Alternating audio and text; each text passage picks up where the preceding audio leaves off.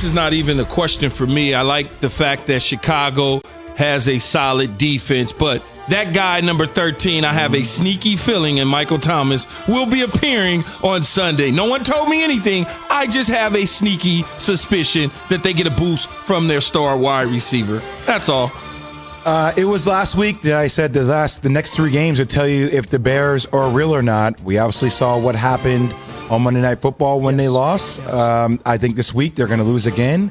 And next up, at the Titans, it's going to be another loss. This team just doesn't have it offensively, inept offensively. Defensively, great. Horrible offense. You wondering why I'm laughing, probably. Go ahead. What do you got? Well, because Evan's in my ear talking about it'd be a real punch to the Bears if my nephew comes back. And so I had to laugh. We don't know what happened. Can neither confirm nor deny. Neither confirm nor deny what happened and took place. Allegedly, there was a scuffle. The plausible deniability. Let's get to the bonus down. Bonus down. Raiders at Browns.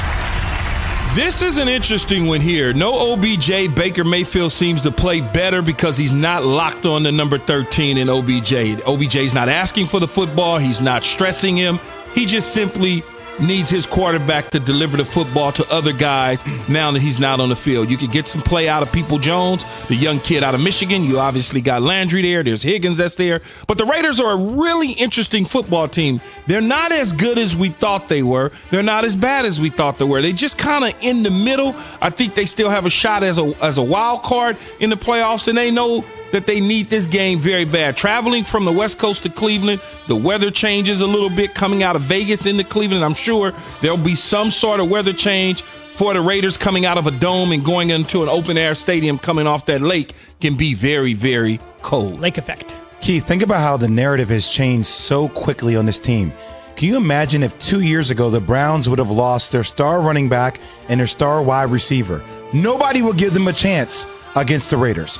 But it seems like the culture, it seems like the mentality of this team, which we have to see how they respond to, seems like things are changing. If Baker can continue to play the way he did last game, I'm going with the Browns. Fair enough, and that'll do it for 4/5 downs. Keyshawn J. will zoom. Wait, I need to take a team too. I'm taking the Raiders. Okay. You're taking the Raiders. You just built the Browns up to take the Raiders. Gotcha. Yeah, that's okay. Right. I can do that. I like that. I respect that. I got to go against you anyway, though. I can't go with you. Hey, man, why you didn't stay at Rutgers? I just want to know that. You're a New Jersey kid. Why you didn't go play basketball at Rutgers? What are you talking about? It didn't come right with the duffel bag. Don't say that. I'm joking. Boy. Don't say that. I'm joking. Y'all already in state budget in the red. I can confirm that. I grew up in New Jersey. A lot of programs have been cut. Keyshawn J. Will and Zubin presented by Progressive Insurance. On the way. Last week, Dabo Sweeney was talking about not winning by enough. This week, particularly yesterday, he'll talk about not winning with Dabo. The coaches' Giants saying, with the exception of the offensive lineman Will Hernandez, all 9 of the Giants' close contact players and coaches who were isolated, quarantined yesterday, tested negative on Thursday. They're expected back in the Giants facility and at practice today. So Hernandez testing positive, but everybody around him is good to go through the testing, per sources telling both Pat Leonard and our Jordan Renan. That is a big-time relief, obviously, if you're a Giants fan. If you're wondering, the Giants host Tom Brady and the Tampa Bay Bucs on ESPN's Monday Night Football. But for the moment, mini crisis averted. Let's get right to it. 4 Downs is brought to you by Geico. It's Geico-ween. Switch to Geico and see how much you could have been saving.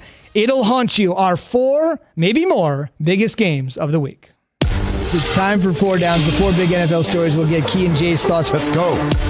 4 Downs.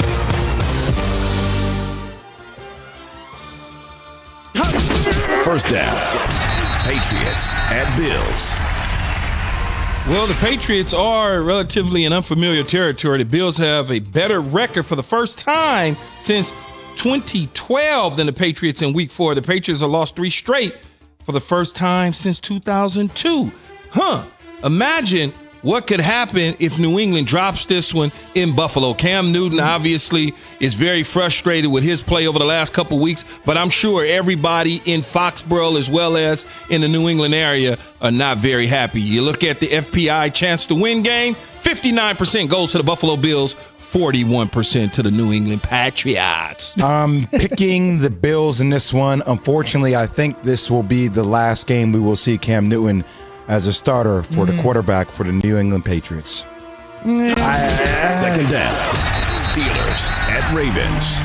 This is an interesting matchup, right? You got Big Ben against Lamar Jackson. Get this.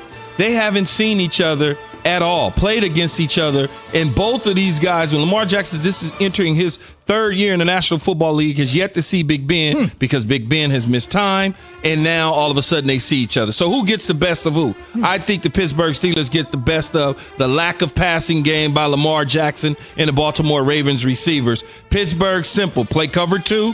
Keep him in front of you, eyes in front.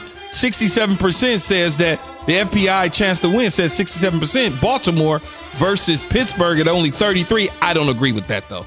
I'm going to pick Baltimore in this game. I think it comes down to, can Lamar Jackson find success through the air? And it's been a challenge, Key. I know you may mention multiple times, get him outside the pocket, throw outside numbers. I think he's going to be able to do that against the Steelers secondary.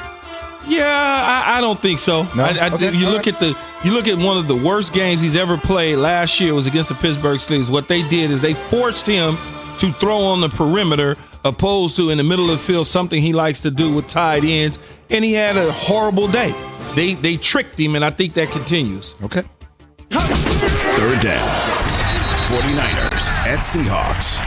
This is an interesting game. You got a 4-3 San Francisco 49er team going up against a 5-1 Seattle team that lost to the Arizona Cardinals a week ago. So they're mad. They're not very happy. They went out to try to get some help in Carlos Dunlap, who won't play for them this week in terms of the defense. But Russell Wilson can take advantage of San Francisco's secondary. There's no question about it. I like Seattle in this one, running away. Zubin, when does Jamal Adams come back? That's a really good question.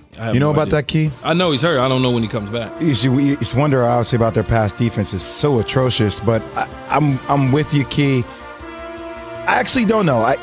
If Jimmy G brings that kind of game against Seattle secondary, I think he puts enough points on the board for the Niners to win. The problem that you have with Jimmy Garoppolo is who is he throwing to? Like, who will he be throwing to? Deebo Samuel is out. That is the key to their passing game. Obviously, Kittle, the big tight end, is there. But outside of that, you take away the receivers on the perimeter, which I believe Seattle can.